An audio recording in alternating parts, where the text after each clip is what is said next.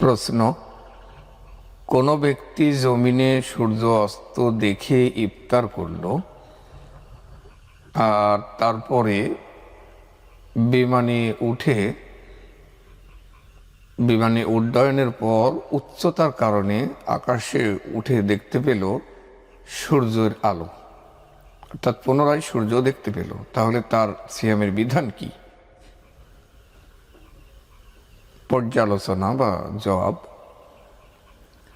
এই ক্ষেত্রে Saudi ফাতোয়া board ও শাইখ উসাইমিনের মতে তার সিয়ামের কোনো সমস্যা হবে না, তার সিয়াম সন্দেহাতীতভাবে বিশুদ্ধ হয়ে যাবে ইনশাআল্লাহ, এবং সে খানা পিনা চালিয়ে যেতে পারবে। কেননা সে শরিয়াতের দলিলের ভিত্তিতেই ইফতার করেছে, তাই নতুন কোনো দলিল ছাড়া তা বাতিল হবে না।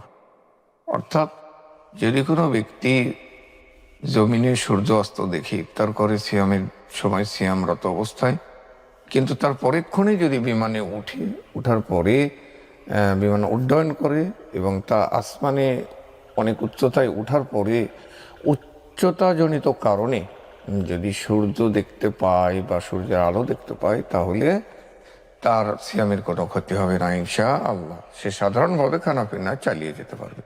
কেননা সে যখন ইফতার করেছে, যেখানে ইফতার করেছে, তখন সে সেই জায়গাতে স্থানীয়ভাবে সে সূর্য অস্ত দেখেই ইফতার করেছে। আর পরে যেখানে সে সূর্য দেখতে পেল বা সূর্যের আলো দেখতে পেল, সেটা তার পরের পরিস্থিতি। এই কারণে আগের পরিস্থিতিকে পরের পরিস্থিতির সঙ্গে গুলিয়ে একাকার করে এটা বাতিল সাব্যস্ত করা যাবে না, সিয়ামকে বাতিল করা যাবে না। আল্লাহ সুবহানাহু ওয়া তাআলা আমাদেরকে এ ব্যাপারে সঠিক আমল করার তৌফিক দান করুন। আমিন। আসসালামু আলাইকুম ওয়া রাহমাতুল্লাহি ওয়া বারাকাতুহু।